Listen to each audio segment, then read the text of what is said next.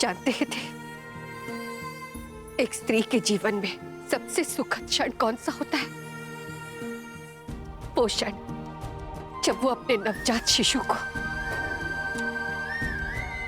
अपने गोद में लेती है, उसकी नन्ही काया को अपनी बाहों में भर लेती है।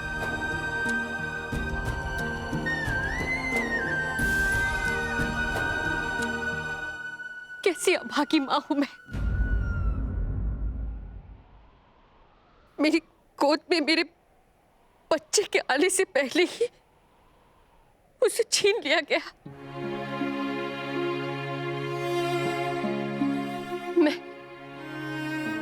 मैं मातृत्व के सुख से वंचित रह गई थी।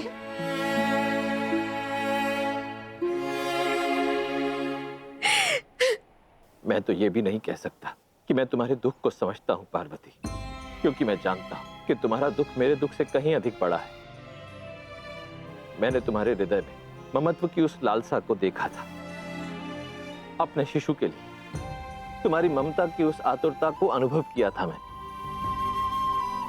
इसलिए निसंदेह आज जो कुछ भी हुआ है, उससे जितना मेरा हृदय आहत हुआ है, उससे कहीं अधिक आहत एक माता का हृदय हुआ है। तुम्हारा रोम रोम जिस पीड़ा का अनुभव कर रहा है, उसका आभास है मुझे। हमारी शक्तियों से बना ऊर्जा पुंज शिवांश का ये बीज शारीरिक रूप लेने ही वाला था। मैं उसके इस रूप को देखने के लिए तड़प रही थी देव।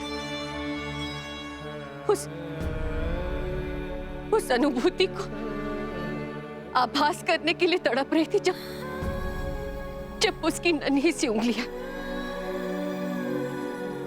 मेरे हाथों को पकड़कर जीवन के पथ पर अग्रसर करती। परंतु अब मुझे उस ऊर्जा की अनुभूति ही नहीं हो रही है।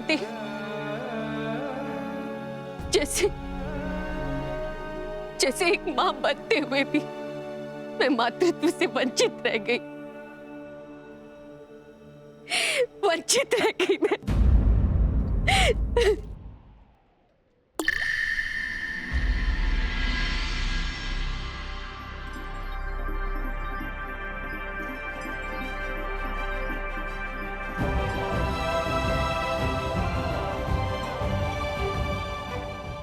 देव, अश्रु की एक बूंद इस जल में कई धाराओं को जन्म दे सकती है।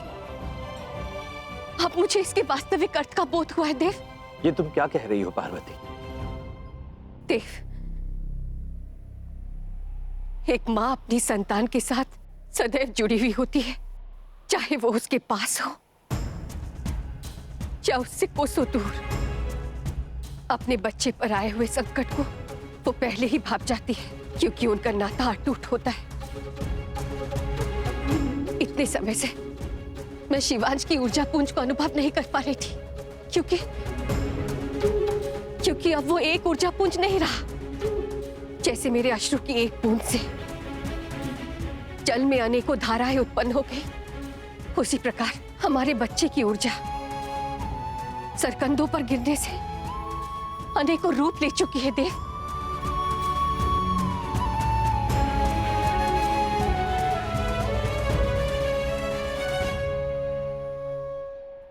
मेरा अंश पुनः मेरी गोद में आएगा देव।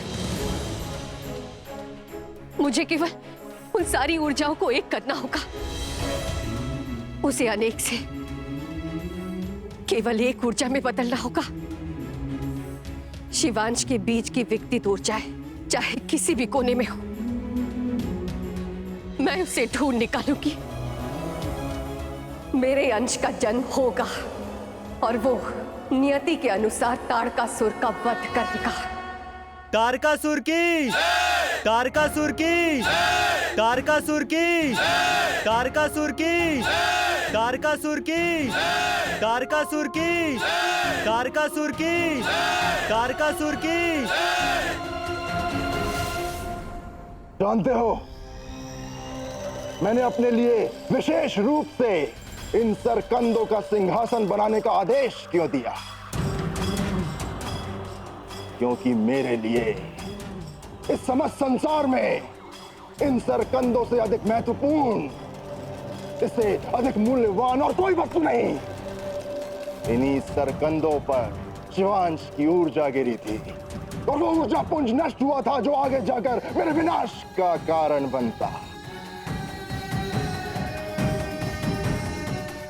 तारकासुर की, तारकासुर की, तारकासुर की, तारकासुर की, तारकासुर की। और अब शिवांश के अंत के साथ ही मैं असुर राज तारकासुर सदा के लिए अमर हूं, अजय हूं। तारकासुर की, तारकासुर की।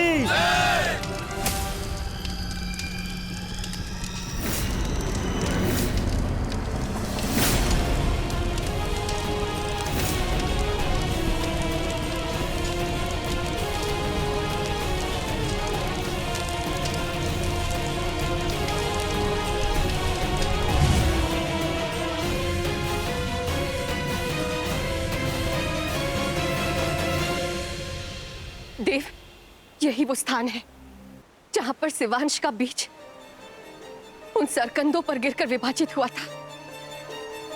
अब इसी स्थान की ऊर्जा हमें अपनी संतान तक पहुंचाएगी देव।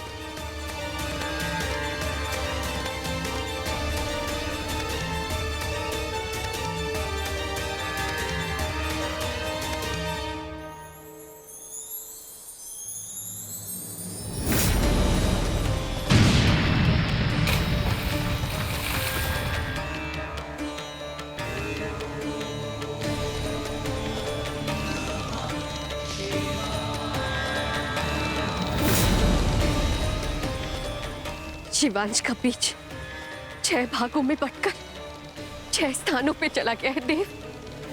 मैं जान गई हूं कि वो स्थान कहां है। इस दुस्साहस का क्या कारण है माता?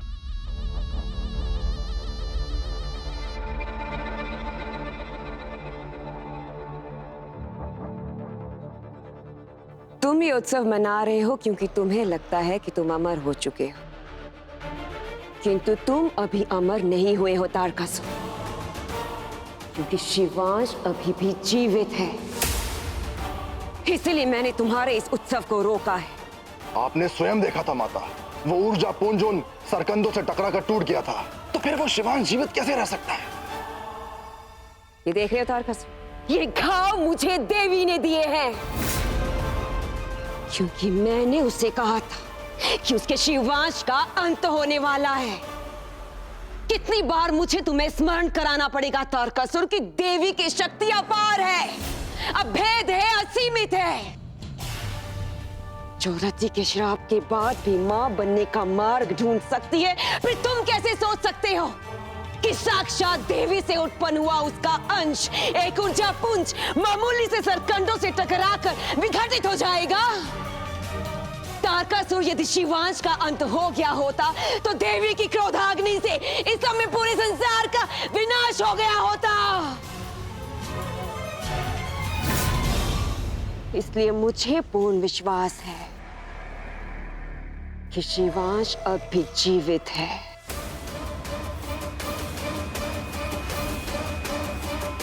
यदि तुम्हें अमर बनना है तो हमें शीघ्र अतिशीघ्र देवी के उस अंश को ढूंढकर उसे नष्ट करना होगा, क्योंकि देवी भी अपने अंश को ढूंढने के लिए अति आतुर होगी।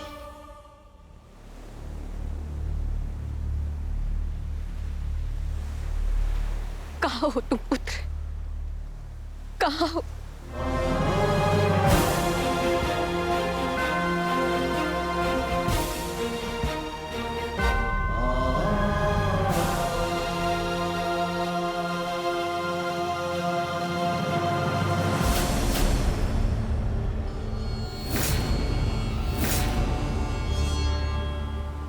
प्रतीत हो रहा है जैसे हमारा पुत्र अपनी मां की परीक्षा ले रहा हो। देव, हमें अपने पुत्र से मिलने के लिए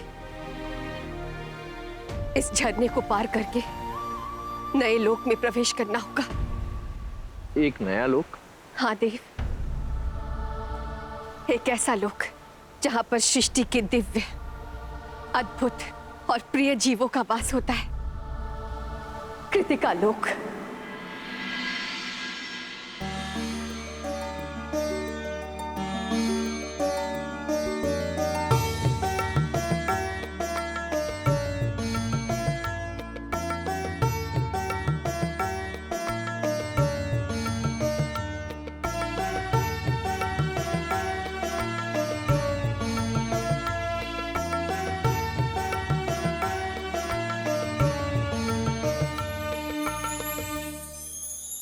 संभूति कहाँ है?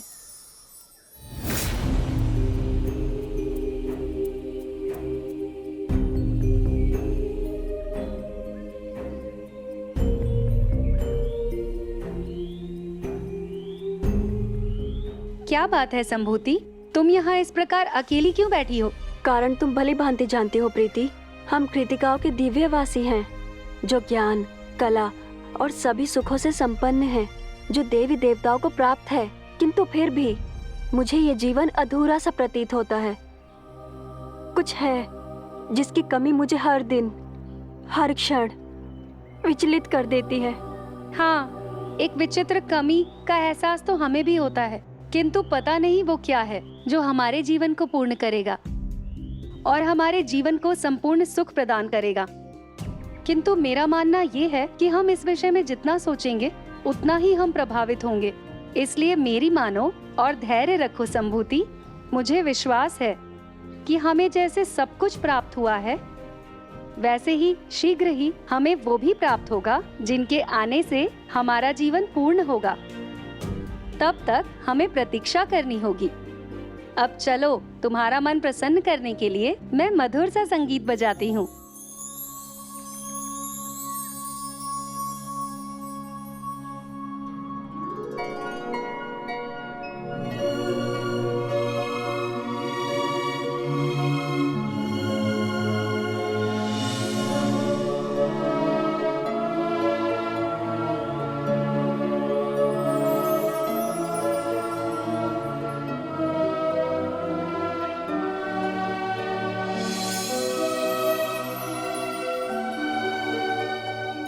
देव,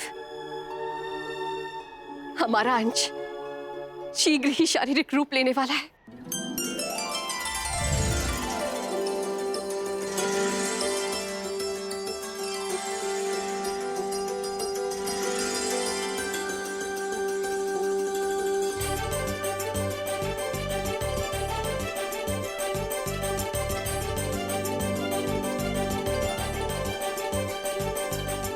शिवांश के बीज की 6 विभाजित ऊर्जाओं से 6 शिशुओं का निर्माण हुआ है। परंतु देव, मुझे इन सभी ऊर्जाओं को एक करना होगा और फिर जाकर मैं अपनी संतान को अपनी गोद में भर पाऊंगी।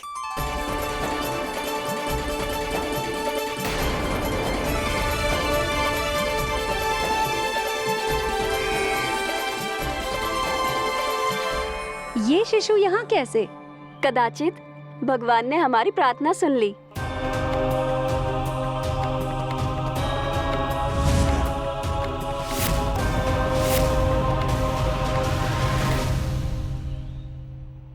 इन्हें अपनी बाहों में भरकर मुझे संपूर्णता का एहसास हो रहा है, जैसे हमारे जीवन का बरसों पुराना अधूरापन दूर हुआ है। मुझे ऐसा अनुभव हो रहा है जैसे मैं इस शिशु की माता हूँ। एक बार इन्हें अपनी गोद में उठाओ तो सही। अगर तुम्हें फिर भी लगता है कि मैं गलत हूँ, तो मैं इनके प्रति अपना मोह त्याग दूंगी।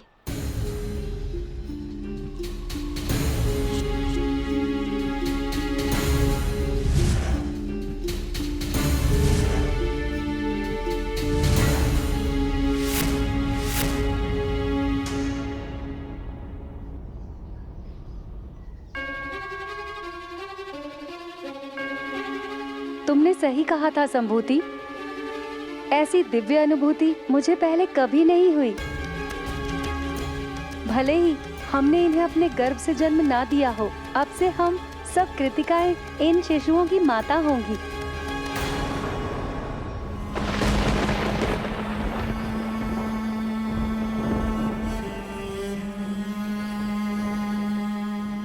मैं जाकर इन कृतिकाओं को सत्य बताता हूं कि जिन शिशुओं को वो अपना बनाना चाहती है वो वास्तव में हमारी संतान है। रुक जाइए देव, हमारी संतान का लालन पालन कृतिकाओं को ही करना चाहिए।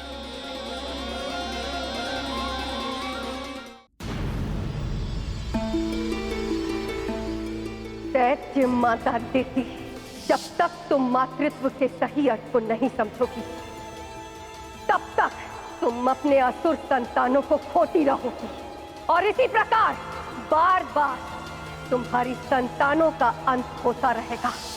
जाओ, जाओ यहां से।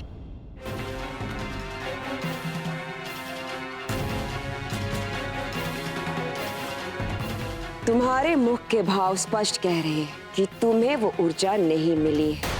हाँ माता, हमने हर स्थान पर उस ऊर्जा पुंज को ढूंढने का प्रयास किया, किंतु वो हमें कहीं नहीं मिला।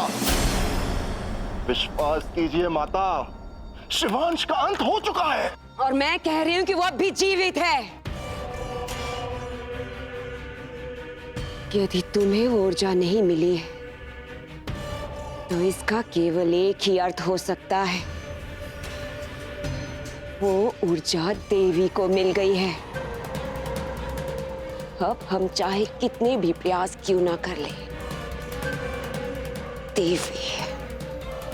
देवी हमें अपने अंश के निकट कभी नहीं पहुंचने देगी।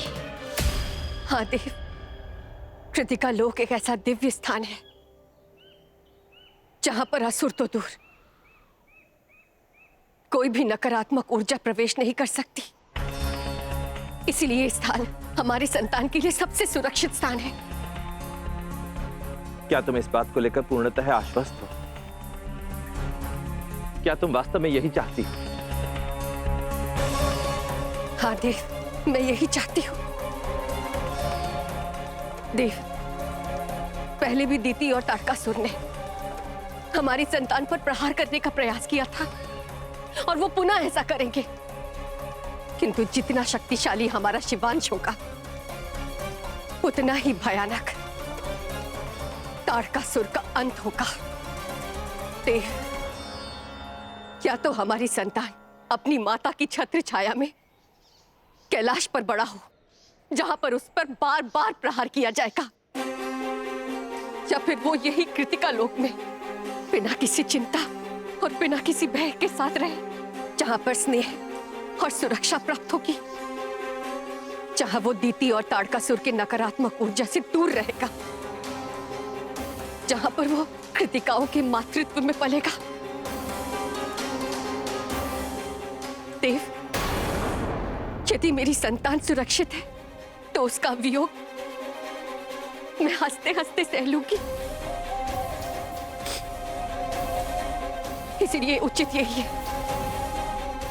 कि हमारी संतान मुझसे दूर यहाँ इस कृतिका लोक में पले, और समय आने पर मैं स्वयं उसे तारकासुर के वध के लिए प्रशिक्षित करूंगी।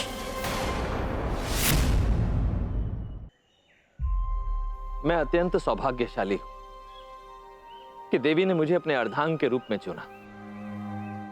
मैं आज समझा आपकी इसी महानता और त्याग की भावना ने आपको जगत जननी बनाया है।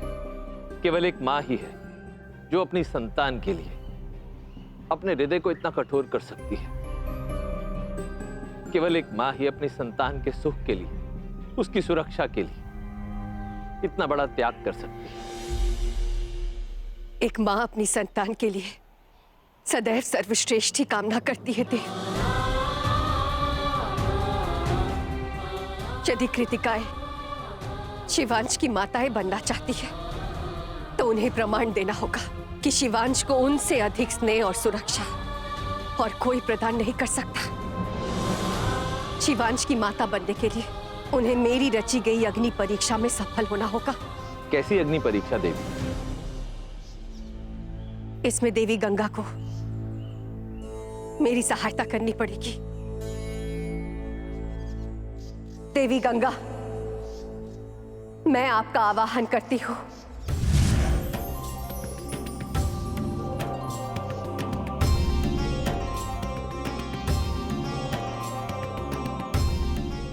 क्या बात है देवी, आपने यहाँ कृतिका लोक में मेरा स्मरण कैसे किया? मुझे कृतिकाओं की परीक्षा लेनी है, जिसमें आपको मुख्य पात्र निभाना होगा।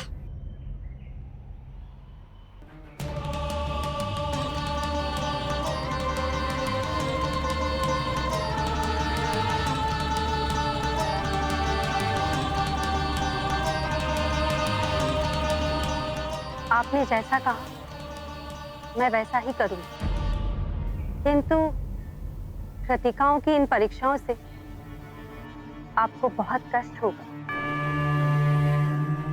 मेरी पीड़ा से मुझे कोई अंतर नहीं पड़ता। मुझे तो केवल ये सुनिश्चित करना है कि क्या कृतिकाएं मेरे शिवांश को अपनी संतान की भांति प्रेम करती है या नहीं। और ये सुनिश्चित करने के लिए हमें ये कार्य करना ही होगा।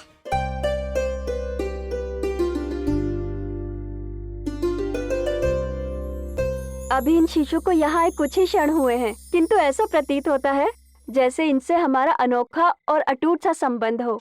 किंतु हम तो एक महत्वपूर्ण बात भूल गए हैं, इनका नामकरण करना होगा। इनके नामकरण तो मैं ही करूँगी। ये कैसा न्याय हुआ? नाम तो हम सबकी सहमति से रखना चाहिए। अब तुम सबकी परीक्षा का समय आ गया है।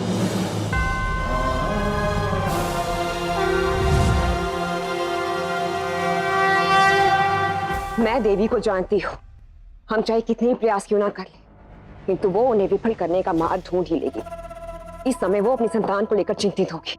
यही सही समय है जब हम तीनों लोकों पर पुनः अपना आधिपत्य स्थापित कर सकते हैं। ठीक है माता, मैं युद्ध के प्रबंध करता हूँ। नहीं तारकासुर, जब तक मैं ये सुनिश्चित ना कर लूं कि देवी अपनी संतान की सुरक्षा में व्यस्त है, तुम देवताओं के विरुद्ध किसी भी युद्ध के लिए नहीं जाओगे। किंतु माता, मैं असुरराज हूँ।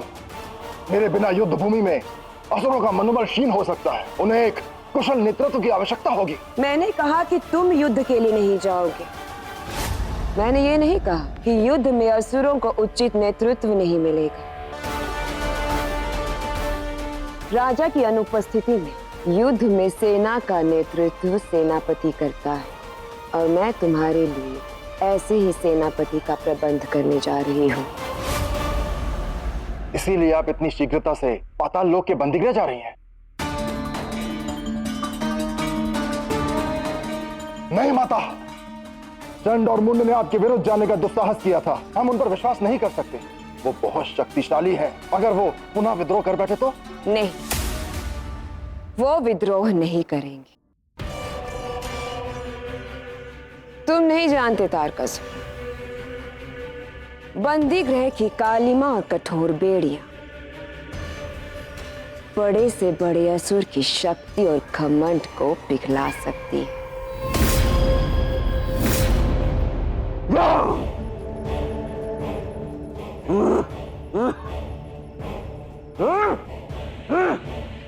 कोई है? कोई सुन रहा है?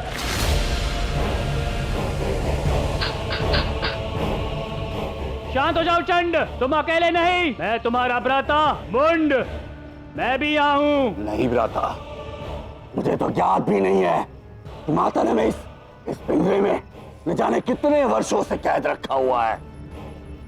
अब हम जीवित रहे या मृत्यु की गोद में सो जाए, किसी को कोई अंतर नहीं पहुंचता। एक समय था जब हमारे बल और हमारे पराक्रम से तीनों लोग कांपते थे।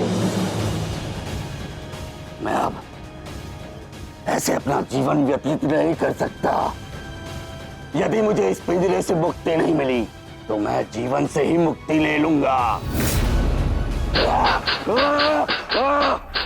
नहीं चंद, नहीं, तुम ऐसा नहीं कर सकते। तुम इस तरह अपने प्राण नहीं त्यागोगे। मेरी बात मानो, रुक जाओ।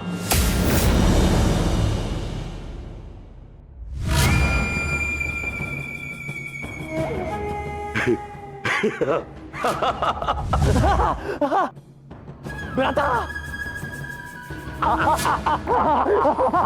मुक्त। अन्यथा हम मुक्त हो गए, हम मुक्त हो गए। किंतु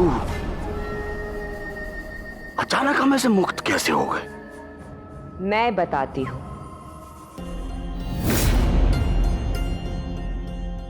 धरती माता,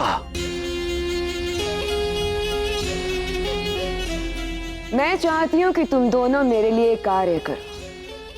मैं तुम्हें एक विकल्प देती हूँ, या तो तुम इस बंदी गृह से मुक्त होकर पुनः एक साथ मिलकर सबसे शक्तिशाली असुर बन जाओ, या फिर आजीवन इस बंदी गृह में पड़े रहो, एक दूसरे से दूर। नहीं, मैं उस बंदी गृह में वापस नहीं जाना चाहता हूं। मैं अपने और अपने भाई की मुक्ति के लिए कुछ भी करने को सज्ज हूं। क्या करना है हमें? मुझे शुंभ और निशुंभ के पास ले चलो। शुंभ यहाँ आने को कभी सज्ज नहीं होगा कि निशुंभ कभी शुंभ की आज्ञा का उल्लंघन नहीं करेगा। वो वही करेगा जो उसे शुंभ कहेगा। शुंभ को यहाँ कैसे लेकर आना है ये तुम मुझ पर छोड़ दो। तुम केवल मुझे उसके पास ले चलो। उत्तम, अति उत्तम। हम ले चलेंगे आपको शुंभ के पास।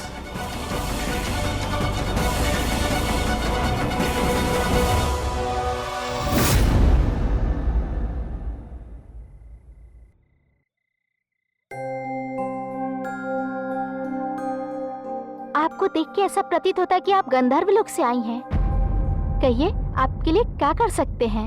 मैं आपको बता सकती हूँ कि इन शिशुओं का नामकरण कौन करेगा। अंतिम निर्णय मेरा ही होगा, क्योंकि मैं इन शिशुओं की माँ हूँ। आप इतने विश्वास के साथ कैसे कह सकती हैं कि ये शिशु आपके ही है? ये तो आप भी जानती हैं कि कृतिका लोक में कोई भी दुर्भावना या नकारात्मकता के साथ नहीं आ सकता। यदि मैंने इन शिशुओं की माँ होने की बात झूठ कही होती तो मैं आप सबके समक्ष यहाँ ऐसे खड़ी नहीं होती, है ना? इन सबको इतना प्रेम और स्नेह देने के लिए आप सबका बहुत बहुत धन्यवाद। अब इन शिशुओं को लेने के लिए इनकी माँ आ गई है। मुझे इन्हें लेकर जाना पड़ेगा। आप इनकी माँ हैं। हम इन्हें आपसे दूर करने का अन्याय नहीं कर सकते, किंतु हम भी इनसे दूर नहीं रह पाएंगे। यदि ये हमसे दूर हुए तो हमें लगेगा कि हमारे शरीर का एक अंग अलग हो गया। हम पर कृपा करें, हम सबकी ममता की छांव में इन्हें फलने फूलने दें। हमें इनकी माँ बनने का सौभाग्य दें। ये मेरे शिशुओं का सौभाग्य है जिन्हें आप जैसी माताओं का निस्वार्थ प्रेम और स्नेह मिला।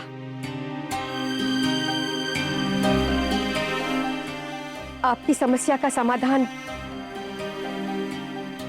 मेरे पास है, जिससे हम सबको मातृत्व का सुख भोगने का सौभाग्य मिलेगा। मैं अपनी शक्तियों से इन सभी 6 शिशुओं की ऊर्जा को एक शिशु में परिवर्तित कर देती हूँ और फिर उस एक शिशु की ऊर्जा को 7 शिशुओं में पुनः बांट देती हूँ, ताकि हम सबके पास एक एक शिशु आ जाए और हम सब ममता का सुख भोग पाए। लाइए, इन शिशुओं को मुझे दे दीजिए। मैं इन्हें 7 भागों में बांट देती हूँ। 7 नहीं 8। इन शिशुओं की ऊर्जाओं का विभाजन 8 भागों में करना होगा। महादेव, आप ये क्या कह रहे हैं? सत्य कह रहा हूं। आप कृतिकाओं ने इन शिशुओं को शरण दी, परंतु देवी गंगा ने इनकी सुरक्षा हेतु युद्ध किया। महादेव का कथन सत्य है। इन शिष्यों की ऊर्जा को मैंने धारण किया है। इनके शारीरिक रूप लेने से पहले ही मैंने इनकी रक्षा की। सभी केवल शक्ति बीज थे, इसीलिए मैं भी इनकी माता हूं। अब मैं भी इनके लालन पालन के सुख को भोगना चाहती हूँ। आशा करती हूँ कि मैंने ठीक वही किया जो आप चाहती थी देवी। किंतु आपको क्या लगता है, कृतिकाएं हमारे प्रस्ताव को स्वीकार कर लेंगी? वही निर्णय इनकी अग्नि परीक्षा का आधार है। इनका निर्णय ही तय करेगा कि शिवांश इनके लालन पालन के योग्य है या नहीं। मैं जानता हूं चंड कि तुम पुनः उस बंदीगृह में नहीं जाना चाहते हो, किंतु जो काम दैत्य माता हमसे करवाना चाहती है उसमें बड़ा ही संकट है। स्मरण है ना, शुंभ ने हमसे वचन लिया था कि हम उसके गुप्तवास की जानकारी किसी को न दें, विशेषकर माता को। और जब उसे ये ज्ञात होगा कि हमने अपनी मुक्ति के लिए उसके साथ विश्वासघात किया, तो वो हमारा जीवन उस बंदीगृह के जीवन से भी अधिक कठिन कर देगा। यदि हम शुंभ की भांति असुरों से दूर किसी गुप्तवास में अपना जीवन व्यतीत करें तो हम माता को भ्रमित कर देंगे, और जब ये मार्ग से भटककर किसी सुनसान स्थान पर पहुंच जाएंगी, तब हम इन सब से बहुत दूर किसी गुप्त स्थान पर चले जाएंगे।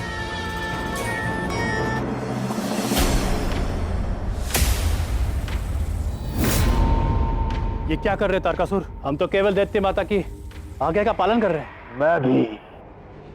जाओ तारकासुर, चंड को ले जाकर पुनः पाताल लोक के बंदी गृह में डाल दो। इसका पिंजरा इसकी राह देख रहा होगा। नहीं, नहीं, मून, नहीं, कहीं मून, मैं नहीं जाना चाहता, बचाओ। मैंने तुम दोनों को पाताल लोक के बंदी गृह से इसलिए मुक्त नहीं किया कि तुम दोनों मेरे ही साथ विश्वासघात करके कहीं दूर जाकर छिप जाओ। मैंने तुम दोनों को इसलिए मुक्त किया था ताकि तुम दोनों मेरे लिए युद्ध करो। अब तुम दोनों बिल्कुल वही करोगे जैसा मैं करने को कहूंगी, अन्यथा मैं तुम दोनों को पुनः पाताल लोक के बंदी गृह में डाल दूंगी। और तुम तो ये बात भली भांति जानते हो मुंड कि चंड मुक्त होने के लिए किस प्रकार मरने को सज्ज था। अब निर्णय तुम्हें करना है कि तुम्हें अपने भाई के प्राण प्रिय हैं या फिर शुंभ के साथ अपनी विश्वसनीयता। आपको मुझे वचन देना होगा कि आप मेरे भाई को बंदी नहीं बनाएंगे और ना ही उसे उस नरक में भेजेंगे। बदले में मैं आपको वचन देता हूं, मैं शुंभ और निशुंभ के साथ मिलकर चंड और मैं देवताओं के विरुद्ध युद्ध करेंगे। उचित है। तो क्या निर्णय लिया आप लोगों ने? क्या मैं इन शिशुओं को 8 भागों में विभाजित कर दूं?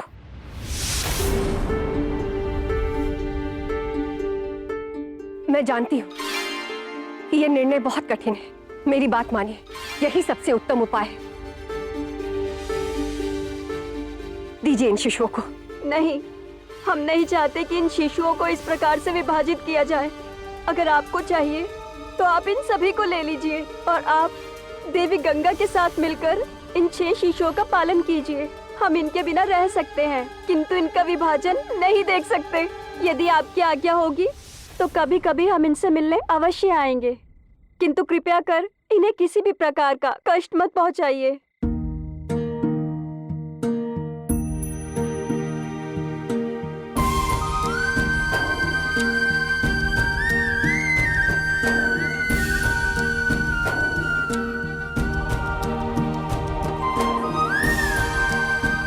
आप सबने सिद्ध कर दिया कि केवल जन्म देने से मां मां नहीं होती। मां वो भी होती है जो निस्वार्थ भाव से स्नेह और प्रेम देती है, जो अपने बच्चे की पीड़ा समझती है, जो जन्म से नहीं कर्म से मां होती है।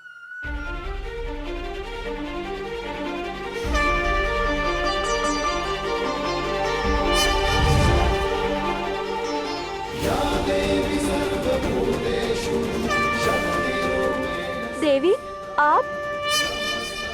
किंतु हम आपको पहचान क्यों नहीं पाए? आप सबकी परीक्षा लेने के लिए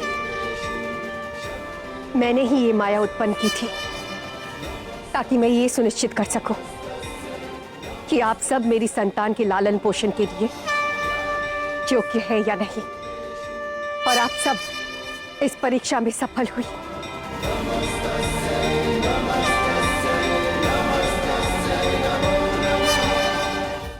देवी, महादेव, आप दोनों चाहते हैं कि हम आपके बच्चों का पालन पोषण करें? हाँ, देवी की इच्छा यही है, क्योंकि उन्हें विश्वास है कि यहाँ हमारी संतान को आपका स्नेह, आपकी ममता भी मिलेगी और असुरों से उसके प्राणों की रक्षा भी हो जाएगी। असुर? हाँ, दीदी द्वारा भेजे गए असुर भंडासुर के कारण शिवांश का ये पुंज 6 भागों में विभाजित हो गया था, और इसी प्रकार ये 6 शिशु अस्तित्व में आए। परंतु अब समय आ गया है कि मैं इन सभी को एक कर दूं।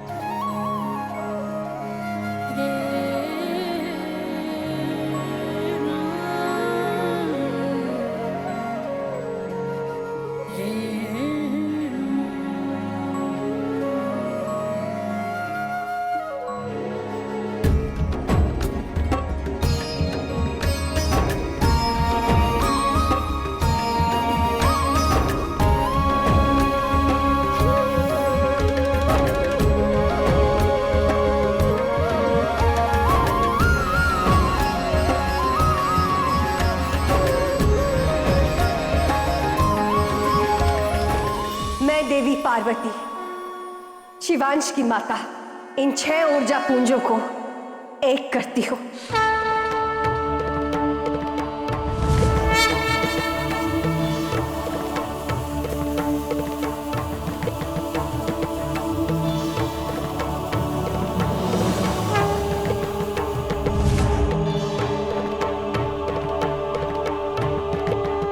जिसके 6 मुख हो उसे संसार षणमुख के नाम से जानेगा।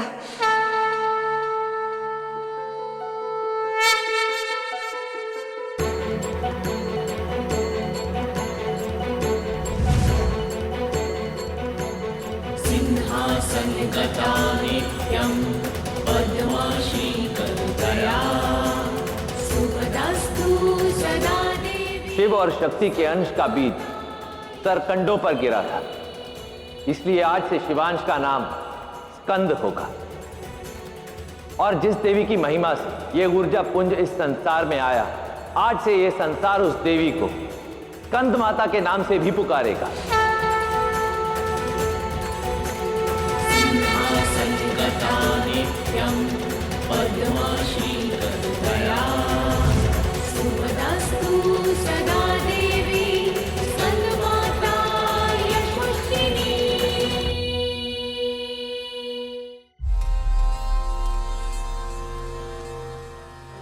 क्या हुआ?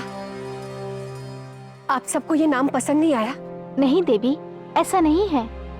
सन्मुख और स्कंद दोनों नाम ही अति सुंदर और दिव्य हैं, जिसे साक्षात महादेव और देवी ने चुना है।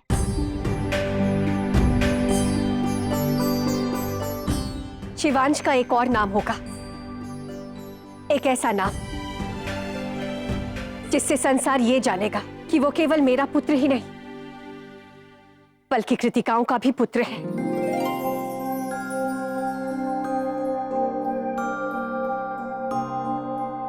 कृतिकाओं का पुत्र कार्तिकेय।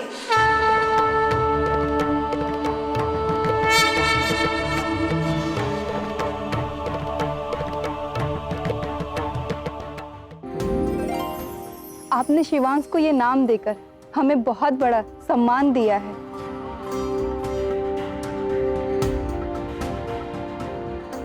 शिव और शक्ति के अंश का पालन पोषण करने का दायित्व आप सभी ने स्वीकार किया, और अब हमारी संतान का भविष्य निर्माण करेंगी।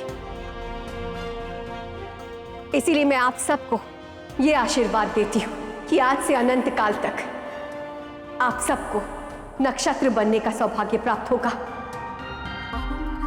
जिस प्रकार आप मेरी संतान के भविष्य निर्माण में अपनी मुख्य भूमिका निभाएंगे, ठीक उसी प्रकार ये नक्षत्र संसार के हर व्यक्ति के भविष्य निर्माण में मुख्य भूमिका निभाएंगे।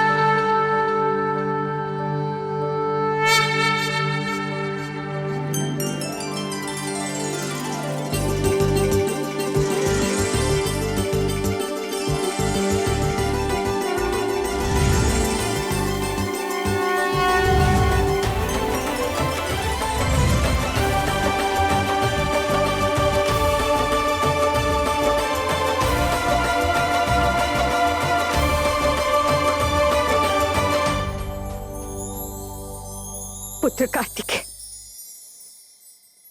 भले ही शारीरिक रूप से तुम्हारी मां तुम्हारे साथ ना हो, तुम्हारी बाल क्रीड़ाओं का सुख वो भोग न पाए, परंतु मेरे और महादेव का अपार प्रेम तुम्हारे साथ रक्षा कवच बनकर रहेगा।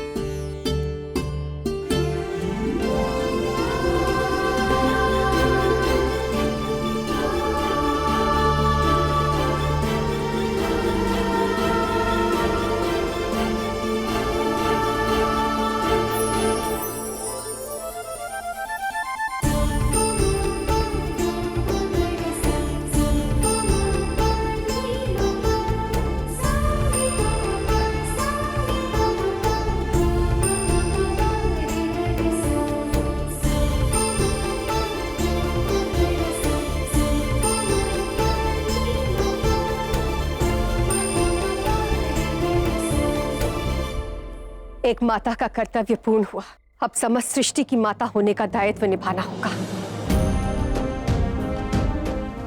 हाँ देव, हमें तुरंत कैलाश लौटना होगा। दीति समस्त सृष्टि को अपने अधर्म, अपने दुराचार के अंधेरे में डुबोने का षड्यंत्र रच रही है, और मैं किसी भी मूल्य पर उसे सफल नहीं होने दूंगी।